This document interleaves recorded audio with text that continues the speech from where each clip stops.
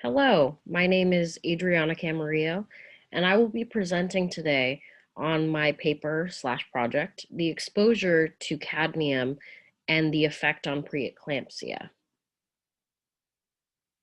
This leads me into my introduction. There are many cases of high infant mortality rates in the United States, as well as their observed negative birth outcomes. One of these illnesses observed in maternal women is preeclampsia. The causes of preeclampsia exactly have been researched extensively, and many different articles have cited that the causes of preeclampsia are to be linked to heavy metals as well as some types of traffic related air pollution. The goal of this paper and presentation is to identify the links between different causes of preeclampsia during pregnancy and the observed levels of negative pregnancy outcomes. This leads me now to my methodology section. And through this research in this paper, studies related to causes of preeclampsia show different types of air pollution as a major cause of this disease. Additionally, the research done on cadmium exposure to pregnant women shows that there is links to placental transfer and an increased incidence of negative birth outcomes. The links between the shared circulatory system for mother and fetus causing a direct source of increased morbidity and mortality rates for infant and mother are also explored in the research section.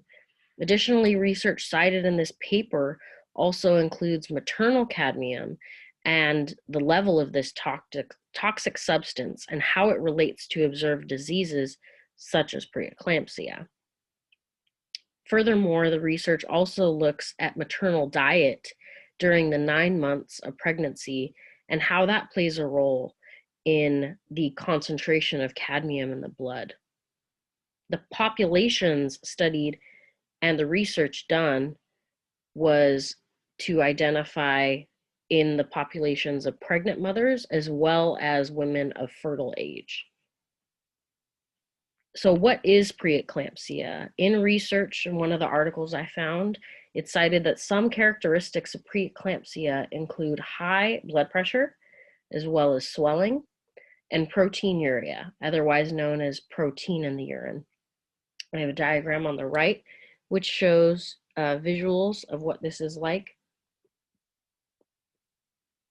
Furthermore, the problem with increased protein found in the urine is that it can lead to irreversible kidney damage, not only for the child, but for the mother. This diagram next to that fact also shows that development of an abnormal placenta can lead to fibrosis in the maternal blood passage between mother and child, and that will lead to less blood. Some negative outcomes of this could be intrauterine growth restriction, as well as fetal death, and it will release pro-inflammatory proteins.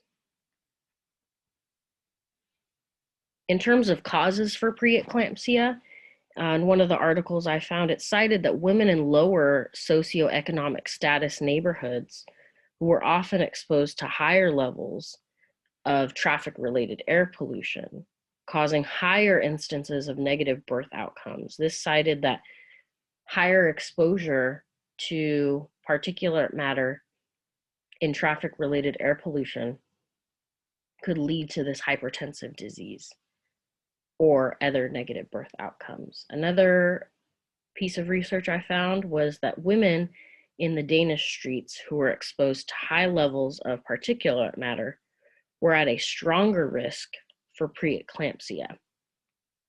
And this was further supported by other articles that I had, such as the impact of road traffic pollution on preeclampsia and pregnancy-induced hypertensive disorders that looked at instances of preeclampsia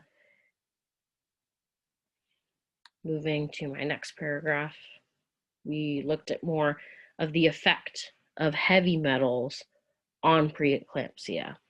One article found that increased concentration of cadmium in the red blood cells of the mother was associated with an increased risk of hypertensive conditions such as preeclampsia.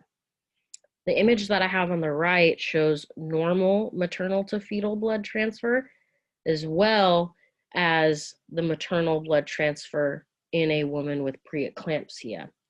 It shows decreased blood flow due to a smaller artery caused by this hypertensive disorder, as well as negative outcomes for the mother and child in not being able to have adequate blood transfer and thus energy transfer done between the mother and the child.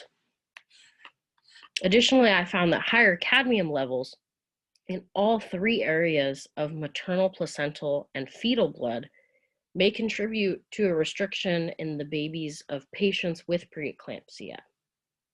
So beyond this, I also found that women who have healthier and more varied diets during their pregnancy often have lower levels of cadmium in their blood and thus higher instances of healthy birth outcomes. So it's showing that there is a positive relationship between exposure to heavy metals such as cadmium and outcomes, negative birth outcomes such as preeclampsia.